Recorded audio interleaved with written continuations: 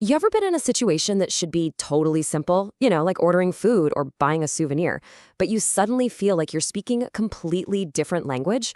When you're traveling, it's wild how the simplest things can get so complicated. That's because you're not just navigating a new place, you're navigating a whole new set of unwritten rules. Okay, let's dive right. And it can start with the most basic things. Just imagine you're a Brit in America and you ask for a bag of chips with your sandwich. You'd be pretty confused to get a side of what you call crisps. And of course, an American in the UK asking for chips would be just as baffled when a plate of French fries shows up. It's such a classic mix-up, and it just goes to show how easily our wires can get crossed, even when we think we're on the same page. So for the first leg of our journey, we're going to explore this very idea, this tale of two Englishes. And as you're about to see, it's about a whole lot more than just a different accent. Here's another one that can totally trip you up at the end of a meal. In the UK, if you ask what's for pudding, you're asking about the entire dessert menu. Cake, ice cream, the whole shebang. But in the US, you'll probably get directed to one very specific, creamy, custard-like dish. It's a small difference, sure, but with some potentially very disappointing results if you were really hoping for a slice of cake. And hey, it's not just about food. Let's say you're renting a car. In London, you're going to put your luggage in the boot. Over New York, it's going in the trunk. Same exact space, but a totally different word. It's a perfect example of how even the most everyday vocabulary can feel like it's from another planet. All right, let's move on to our next stop, cracking the shopping code. Now that you've kind of mastered some language basics, you decide to head out to the shops. But this is where the challenges become both linguistic and cultural. It's not just about what you say, it's about how you navigate the whole experience. You see, in a lot of places around the world, that price you see on the tag, well, it's really just the start of a conversation. Haggling isn't about being cheap, it's a cultural practice, almost like a friendly negotiation. For a lot of travelers, though, this can feel like completely new and honestly, kind of intimidating territory. And to make it even more confusing, you've got idioms. A local might see you looking at a designer bag and say, oh, that one costs an arm and a leg.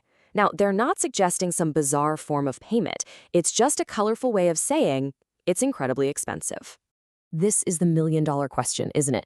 Especially in cultures where haggling isn't really a thing, the fear of offending someone by asking for a lower price is totally real. So, what's the right way to approach it? How do you do it? So, what's the secret to the art of the discount? Well, it all comes down to being prepared and, most importantly, being polite. First, do a little research so you have a general idea of the item's value. Then, just ask casually. A simple, low-pressure question can open the door. And hey, if the answer is no, a smile and a thank you goes a really long way. The goal here is a good deal, not a big confrontation. Okay, so you've successfully navigated the shops, you even snagged yourself a discount. But what happens when you get your new purchase home and you discover it's faulty? Ugh, it's that sinking feeling, right? You're all excited about your new purchase, you open up the box, and nothing. It just doesn't work. For a traveler in a foreign country, this can feel like a total disaster.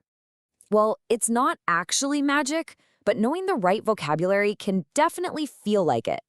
Having the correct terms can turn a super frustrating experience into a simple, straightforward fix. Think of this as your essential return toolkit. You'd start by explaining that the item is faulty, then make sure you have your receipt, that's your proof of purchase. From there, you can ask for a refund to get your money back, a replacement for a new one, or maybe even a repair. Honestly, these 5 words are your key to getting any faulty purchase sorted out, no matter where you are in the world. So far, we've dealt with words and money. But our final stop on this journey is, well, arguably the most complex of all, a shared meal. This is where those unwritten rules are absolutely everywhere, and the potential for a social slip-up is at its highest. Seriously, from how you hold your fork, to when you're supposed to start eating, to what you do with your napkin, every single action is loaded with meaning. What's perfectly polite in one country can be seen as deeply offensive in another. It's a total minefield. So let's start with a classic dilemma.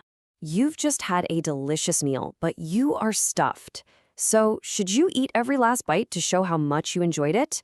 Or is it actually more polite to leave a little bit behind?